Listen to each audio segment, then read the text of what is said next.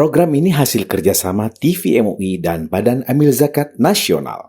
Assalamualaikum warahmatullahi wabarakatuh. Apa kabar semuanya? Semoga semua selalu sehat dan dalam lindungan Allah Subhanahu wa taala. Nah, kali ini ketemu lagi di Zakat Podcast bersama Basnas. Kali ini kita akan membahas mengenai tema yang sedep-sedep serem ya buat dibahas ya, yaitu mengelola zakat ya harus jujur. Kalau bahasa anak sekarang tuh jujurli ya. Karena yang dikelola ini adalah zakat, di mana uang-uang yang diberikan atau diamanahkan kepada organisasi tersebut.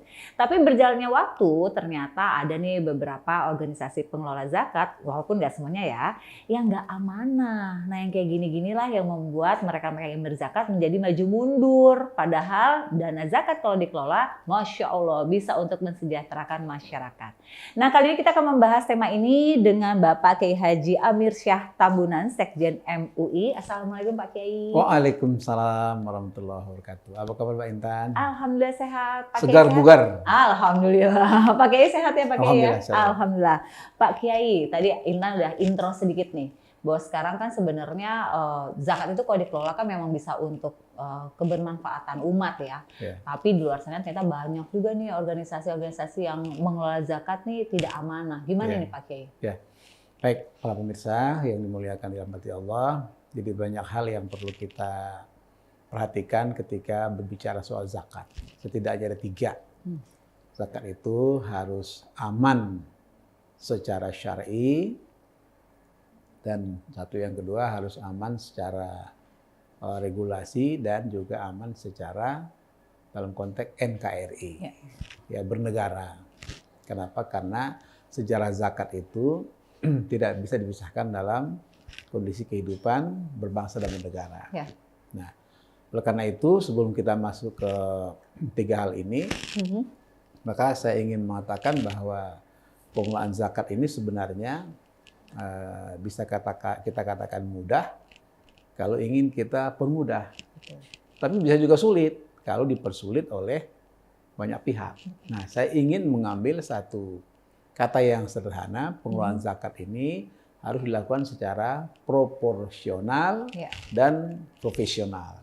Jadi 2 hal ya, proporsional dan profesional. Profesional. Kenapa? Karena ini 2 diksi yang saya kira bisa mengakomodir berbagai problematika yang tadi saya katakan di awal masih ada yang belum aman dalam 3 domain tadi itu. Nah, oleh karena itu secara proporsional ini memang betul-betul harus kita kita lakukan tata kelola yang baik. Betul. Tata kelola yang baik. Kenapa? Karena dengan tata kelola ini para petugas yaitu amil dan semua lapisan itu harus profesional. Kenapa? Karena kita menghargai profesionalitas atau keahlian. Di dalam hadis Rasulullah SAW juga menegaskan bahwa kalau engkau memberikan sesuatu yang tidak pada ahlinya, ya tunggulah kehancurannya. Gitu. Nah, mulai zakat ini harus profesional. Jadi kalau gitu harus ada pelatihannya gitu kali untuk zakat ini ya. Sekarang untuk melakukan pelatihan ini sudah saatnya kita giatkan lembaga sertifikasi profesi, LSP. LSP yang distandarisasi oleh BNSP, Badan Nasional Standarisasi Profesi. Itu sudah ada.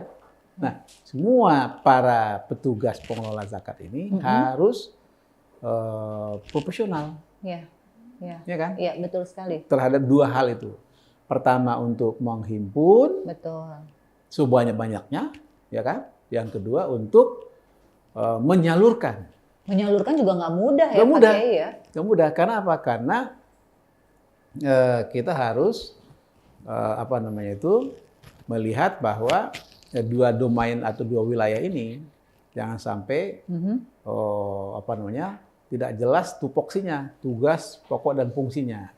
Nah, oleh karena itu saya ingin mengajak para pegiat untuk menghimpun dan menyalurkan zakat ini betul-betul sekali lagi proporsional, ya kan? dan profesional. Betul. Jadi Iya, gitu. profesional dan proporsional itu harus dimiliki oleh organisasi pengelola zakat ya. Betul. Agar Betul. ketika pada saat menghimpun zakat itu Ya. dengan benar dan baik dan mengorganisasinya juga dengan baik ya Betul. mengelolanya ya.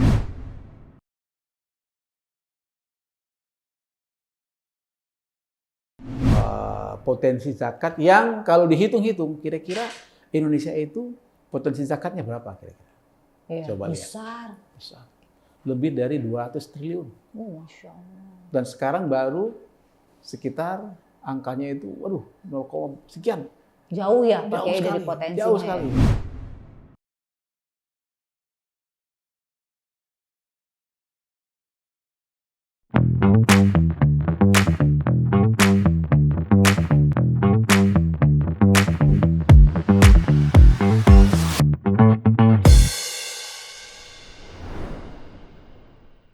Pak Kiai, kan kita memang nggak semua ya Pak Kiai ya, ada Ya. beberapa oknum saja sebenarnya yang Betul. akhirnya melakukan penyelewengan. Namun imbasnya adalah kepercayaan masyarakat nih, yang Betul. kena juga yang organisasi yang memang resmi nih. Gimana nih Pak Iya, Kiai? jadi soal kepercayaan ini lagi-lagi kalau kita kaitkan ke 3 hal tadi itu, ya dengan pengelolaan aman secara syar'i, itu akan meningkatkan trust, Ya. kepercayaan. Kenapa? Karena masyarakat tahu bahwa zakat ini kan sebenarnya satu sisi merupakan mandatory, wajib. Betul, wajib ya zakat Wajib. itu ya Pak Kiai. Dan itu merupakan rukun Islam itu sendiri. Ya. Kewajiban zakat ya bagi yang sudah cukup, ya kan, Mampu ya. mampu nisabnya, sehingga apa? Sehingga zakat ini tidak boleh dianggap main-main. Ya. Nah, karena itu Quran mengatakan begini. Auzubillahi minasyaitonirrajim. Khuz min amwalihim. Wah, ambil. Gitu. Perintah tuh Perintah. ya, ambil. Ambil aja. Kalau dia nggak setuju diambil, tentu akan apakah dia merasa tersinggung? Apakah dia merasa ada keterpaksaan? Memang dalam konteks ayat ini kita harus setengah memaksa. Untuk apa? Untuk menyadarkan seseorang bahwa zakat itu sebuah kewajiban. Ya.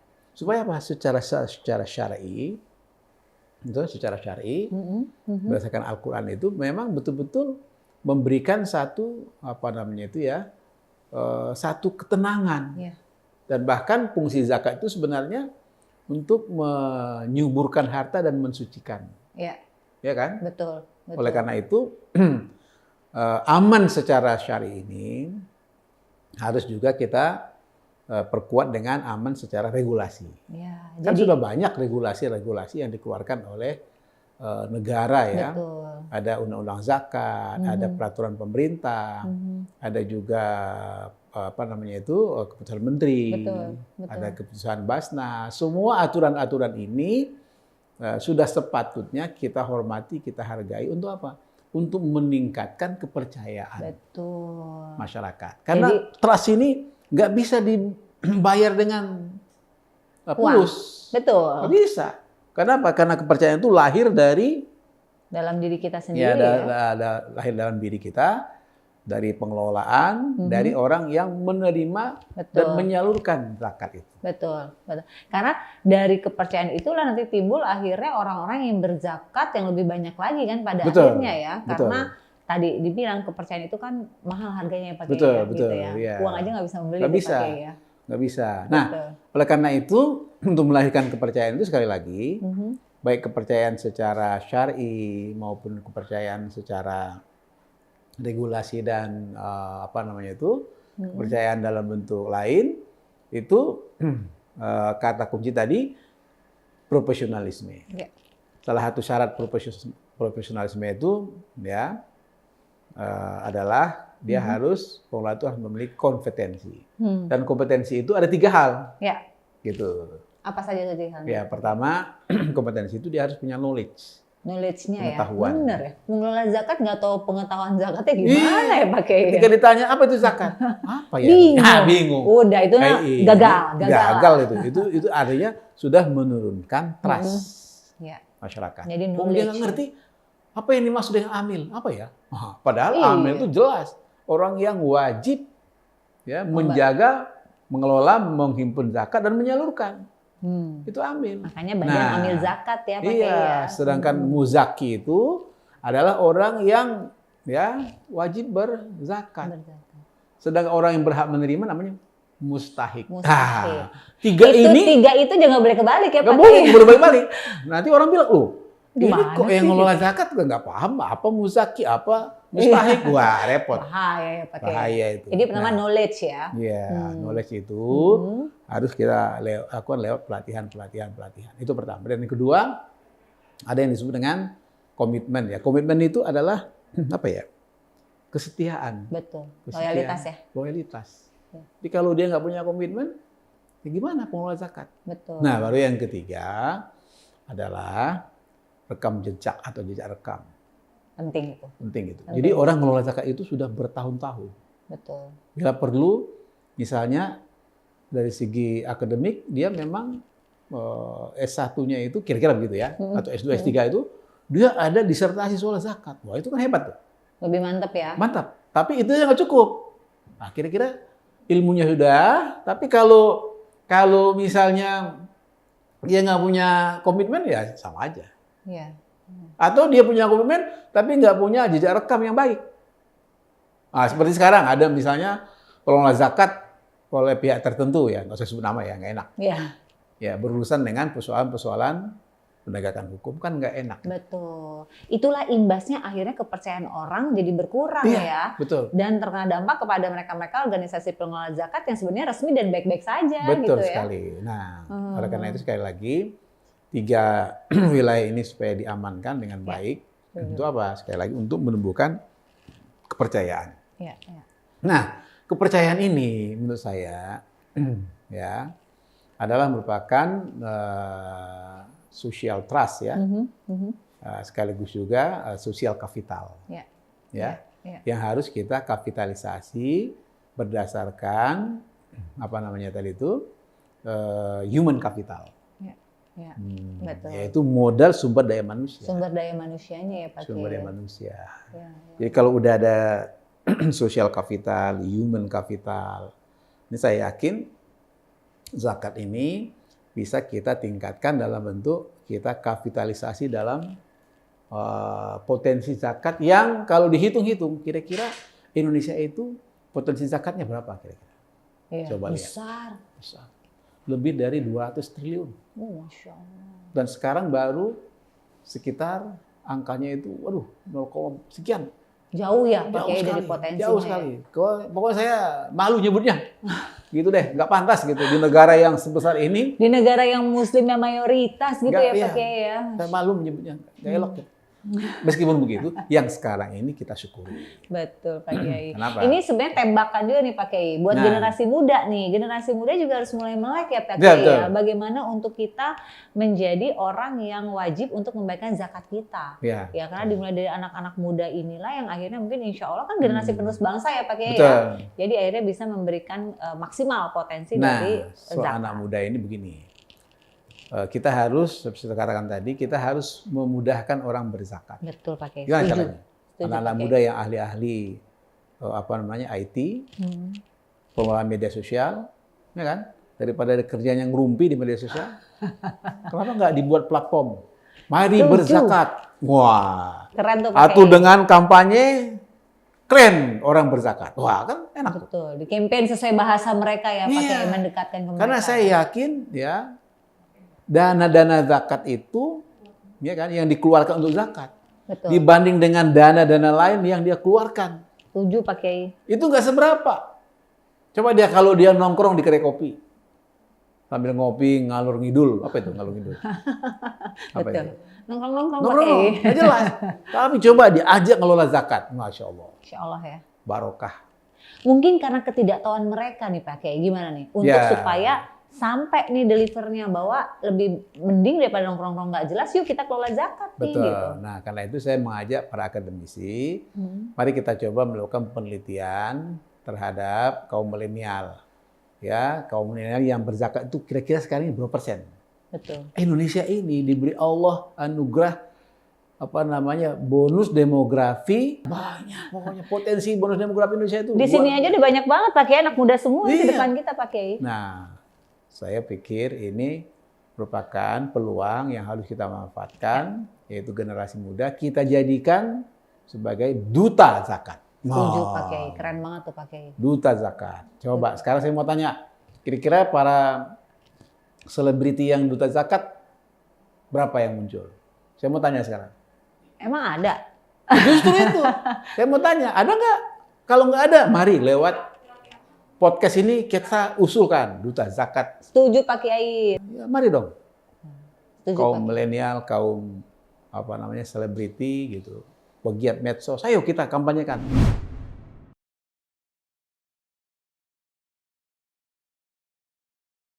Jangan sampai ada di wilayah NKRI zakatnya tidak dimanfaatkan, terutama untuk kepentingan negara kesatuan Republik Indonesia. Misalnya gini, Ya. mohon maaf ini, ada yang menyalahgunakan untuk mereka-mereka yang melakukan tindakan ekstrim, kekerasan, teroris. Nah, itu tidak boleh.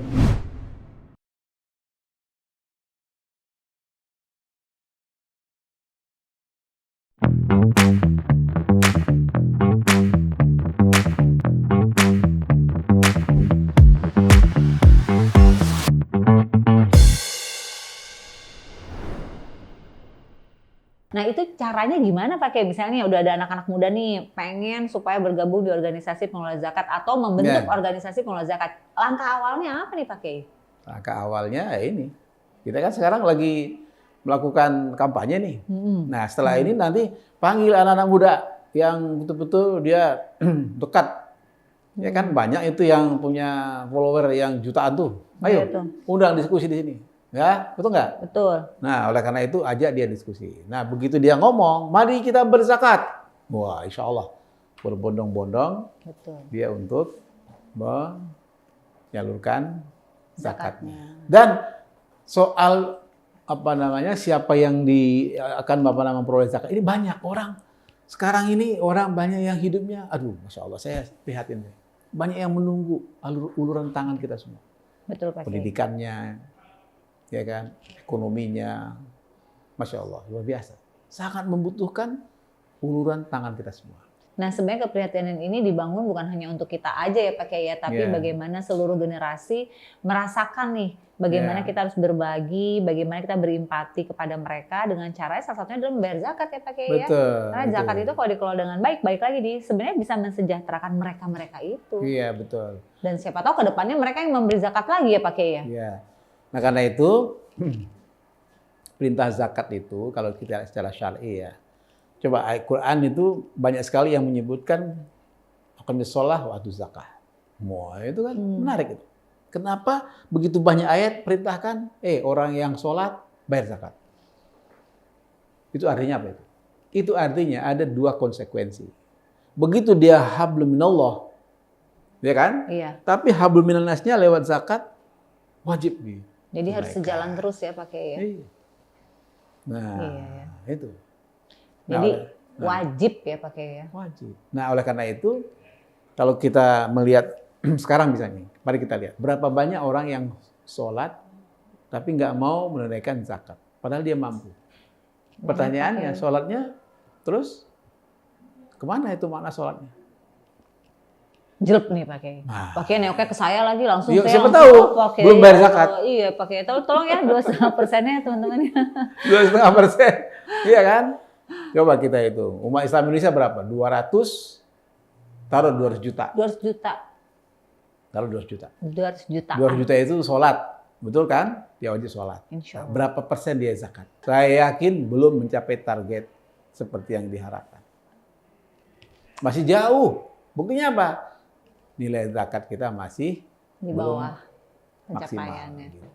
Ini jelek banget loh yang dikasih tau sama Pak Kiai ya. Artinya ini kita nggak bisa bilang gini loh, zakat itu urusan orang tua aku. Udah nggak bisa. Sebenarnya begitu kita bekerja punya penghasilan, di saat itulah zakat sudah mulai harus berjalan ya. Wajib. Sementara usia produktif sekarang banyak anak-anak milenial, bahkan Gen Z juga udah mulai kerja Pak Kiai sekarang. Betul. Artinya kesadaran untuk berzakat ini memang harus diketok banget nih ya buat anak-anak muda sekarang ya. Mudah-mudahan nih dengan adanya podcast ini, seenggaknya bagi yang melihat ini mulai terbukalah kesadarannya bahwa ternyata berzakat itu bukan kepentingan orang tua saya aja, tapi saya pun yang sudah bekerja sudah mulai harus menyisihkan 2,5% itu. Dan ini wajib loh. Nah, kata kuncinya Mbak adalah satu kata, kesadaran. Kesadaran. Dan kesadaran itu mahal nilainya. Betul. Ya, betul nggak? Betul banget Pak Kiai. Tapi Pak Kiai gini, secara umumnya nih, yang Pak Kiai mungkin bisa sharing juga nih kepada anak-anak muda sekarang nih biar mereka makin yakin lagi berzakat ya. Pengelolaan zakat di Indonesia sudah sejauh mana Pak Kiai? Nah, itu dia. Pertanyaan yang saya kira tidak selesai kita diskusikan saat ini juga. Tapi ini garis insya besar Allah, Pak Kiai, garis besar. garis besarnya gitu ya, supaya ini berlanjut gitu diskusinya. Maka ini merupakan pertanyaan yang harus kita jawab semua. Tapi saya kembali kepada tema tadi itu, ya, yaitu bagaimana zakat itu aman secara syar'i. Itu dulu. Aman syar'i, aman regulasi, aman NKRI. NKRI. Jangan sampai ada di wilayah NKRI zakatnya tidak dimanfaatkan, terutama untuk kepentingan negara kesatuan Republik Indonesia. Misalnya gini, mohon maaf ini, ada yang menyalahgunakan untuk mereka-mereka yang melakukan tindakan ekstrim, kekerasan, teroris. Nah, itu tidak boleh. Nah, karena itu pada kesempatan kali ini saya ingin mengajak para penyelenggara ya LAS, lembaga amil zakat ini, sebagaimana prosedur yang sudah kita terbitkan, setiap kali lembaga yang akan mendirikan lembaga itu, dia harus mendapat rekomendasi dari Majelis Ulama Indonesia. Setuju. Untuk apa? Untuk menetapkan siapa DPS, Dewan Pengawas Syariah yang memiliki kompetensi. Setuju. Nah, karena DPS ini salah satu garda terdepan yang terus memeriksa, mengecek apakah zakat, infak, sedekah ini sudah sesuai peruntukan. Iya, betul Pak Kiai. Gitu. Ya, itu yang kedua. Setelah itu nanti dilengkapi baru Basnas itu menyampaikan rekomendasi ke Kementerian Agama. Setelah itu nanti baru Kementerian Agama memberikan izin. Ya, supaya apa? Supaya Kementerian Agama yang salah satu stakeholder penanggung jawab soal zakat ini bisa aman secara NKRI. Betul. Akhirnya tercapai ya. Insya Allah. Insya Allah. Dan ini yang kita lihat di masyarakat, Mbak. Masih banyak pengutip atau pengelola zakat ini yang belum memiliki persyaratan tadi. Nah itu. Nah, kita ajak, mari, ayo. Supaya apa? Supaya zakat kita ini betul-betul terhimpun. Betul. Dengan sistem yang aman secara NKRI. Betul. Jadi aman syar'i, aman regulasi, dan aman NKRI. Baik, Pak Kiai, terima kasih banyak. Terima kasih. Penjelasannya Masya Allah. Insya Allah, insya Allah. Santai tapi langsung jelek ke saya nih Pak Kiai ini. Pelurunya nembak langsung Pak Kiai ini. Jadi ini sekaligus mudah-mudahan menjadi kesadaran ya, kesadaran bagi kita semua bahwa sebenarnya zakat ini adalah hal yang wajib dilakukan oleh umat muslim. Dan terutama bagi teman-teman semuanya nih yang sudah mulai punya pekerjaan, yuk kita sisihkan 2,5%. Namun ini sekaligus juga nih buat teman-teman yang bekerja atau memiliki organisasi pengelolaan zakat, yuk masuk ke dalam regulasi yang benar dan tepat. Sehingga kepercayaan masyarakat untuk memberikan zakatnya kepada organisasi yang dikelola oleh teman-teman ini bisa semakin besar dan akhirnya meningkatkan potensi zakat di Indonesia. Sehingga ujungnya nanti masyarakat Indonesia sejahtera semuanya. Insya Allah. Amin. Pak Kiai, terima kasih banyak atas waktunya, sekali lagi atas kasih. ilmunya. Masya Allah Pak Kiai. Dan teman-teman, insya Allah kita ketemu lagi di Zakat Podcast bersama Basnas berikutnya. Assalamualaikum warahmatullahi wabarakatuh. Waalaikumsalam warahmatullahi wabarakatuh.